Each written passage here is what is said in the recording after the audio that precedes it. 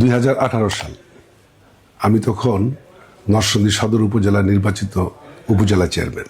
হঠাৎ একদিন বিএনপির ভারপ্রাপ্ত চেয়ারম্যান আমার শ্রদ্ধেয় নেতা জনাব তারেক রহমান সাহেব আমাকে রিং করে বললেন, আপনার জন্ম যেহেতু শিবপুর উপজেলায়, ওইখানে পাশ করার মতো আমাদের ওইরকম কোনো নেতা নাই, ওইখান থেকে আপনাকে নির্বাচন করতে হবে। তো নেতার সিদ্ধান্তই চূড়ান্ত।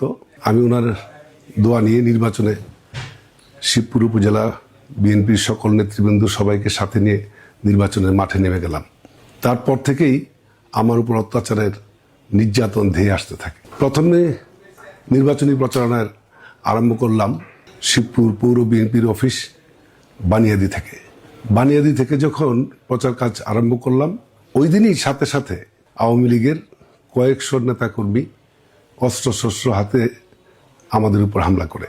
তা আমার নেতাকর্মী যারা আছেন তারা সবাই আমাকে সেভ করে দিলেন। ওরা আহত হলেন, কিন্তু আমাকে আহত হলে দিলেন না।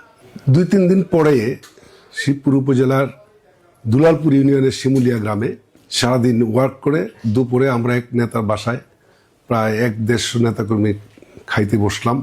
খাওয়ার মধ্যেই কিন্তু কয়েকশো আওয়ামী লীগের নেতাকর্মী অস্ত্র নিয়ে, রামদা নিয়ে, চাপাতি নিয়ে, হকি স্টিক নিয়ে এলো পাথারি আমাদের এই খাবার টেবিলে আমাদের সকলের উপরে হামলা করে। ওই দিনও আমাদের অনেক নেতাকর্মী আহত হয়েছে। আমি ঘরের ভিতরে ছিলাম, সে কারণে তারা আমাকে খুঁজে পায় নাই। আমাকে না পেয়ে ওই বাড়িটা কোপায়া ভেঙে ফেলে, একটা ঘরে আগুন লাগায়, একটা মোটরসাইকেল গাড়ি ভাঙে, 40টা মোটরসাইকেল ভাঙে, 5টা মোটরসাইকেলে তারা আগুন দিয়ে পুড়িয়ে দেয়।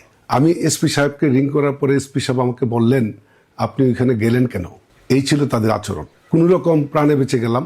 2 দিন পরে আবার আমার নির্বাচনী অফিস বিমান মার্কেটের মধ্যে আমি বক্তব্য দিয়ে 1 মিনিটের মধ্যে আমি গাড়িতে উঠলাম, সাথে সাথে একটা মাইক্রোতে করে 8-10 জন সন্ত্রাসী নেমে এলো পাতারি গুলি করা শুরু করে।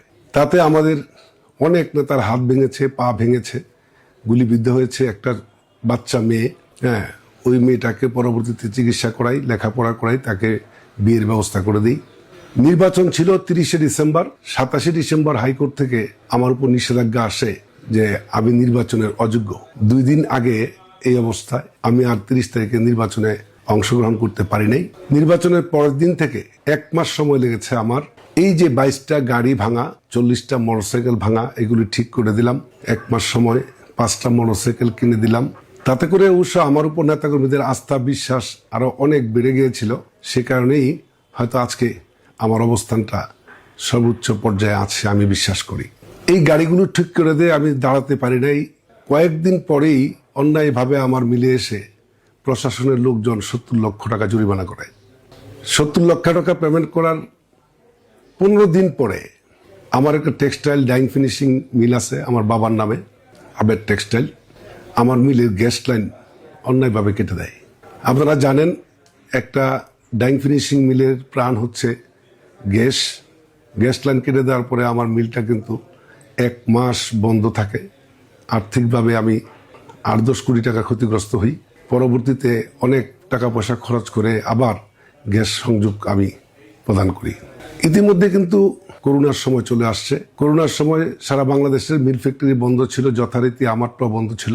করোনার পরে সরকার কিন্তু ঘোষণা দিয়েছে প্রণোদনার টাকা, সুদমুক্ত একটি টাকা সরকার, যাদের ব্যাংক লোন আছে 1 কোটি টাকা ব্যাংক লোন থাকলে তাকে 30 লক্ষ টাকা প্রণোদনা দিবে। সেই হিসাবে আমি প্রায় 60 কোটি টাকার মতো আমি প্রণোদনার টাকা পাওয়ার কথা। আমি শুধু বিএনপি করি এই অপরাধের কারণে আমাকে কিন্তু সেই প্রণোদনার টাকাটাও দেওয়া হয়নি। প্রণোদনার টাকা তো দেয়ই নাই। আপনারা জানেন, নরসিংদী শহরে চুয়ালা নামক এলাকায় আমার একটা সাইজিং মিল আছে। ওই সাইজিং মিলে আগুন লাগিয়ে পুরা মিলটাকে তারা পুড়িয়ে দেয়। আমি অবাক দৃষ্টিতে চেয়েছিলাম, সারা দিন ব্যাপী এই মিলটা আগুনে পড়েছে, কোনো প্রতিকার নেই। পরবর্তীতে আমাদের নেতাকর্মীদের জুলুম, নির্যাতন, অত্যাচার, মামলা, হামলা, যার পর নাই এই নির্যাতনগুলো করছিল। আমি যখন নেতাকর্মীদের এই মামলা দেখভাল করছিলাম, তাদের অসুস্থ যারা হাসপাতালে চিকিৎসার ব্যবস্থা করছিলাম, ঠিক এই মুহূর্তে এত নির্যাতনের পরেও আমাকে দমাতে না পেরে তারা কিন্তু আমাকে জোর করে গ্রেফতার করে ফেলে। গ্রেফতার করে জেলখানার মধ্যে আমাকে 3 মাস আটকিয়ে রাখে। তাতে করে আমার পরিবার এবং আমার ব্যবসা বাণিজ্য অর্ধেক ধ্বংস হয়ে যায়। এত কিছুর পরও আমি আমার প্রাণের এই রাজনৈতিক দল, জাতীয়তাবাদী দল বিএনপিকে মনে প্রাণে লালন করি, ধারণ করি। এখনো নরসিংদী জেলা বিএনপি সাধারণ সম্পাদক হিসেবে পুরা জেলার বিএনপিকে ঐক্যবদ্ধ করে রাখার জন্য চেষ্টা করে যাচ্ছি। আমি আপনাদের সকলের দোয়া চাই, আপনারা আমার জন্য দোয়া করবেন, পাশে থাকেন, পাশে রাখেন।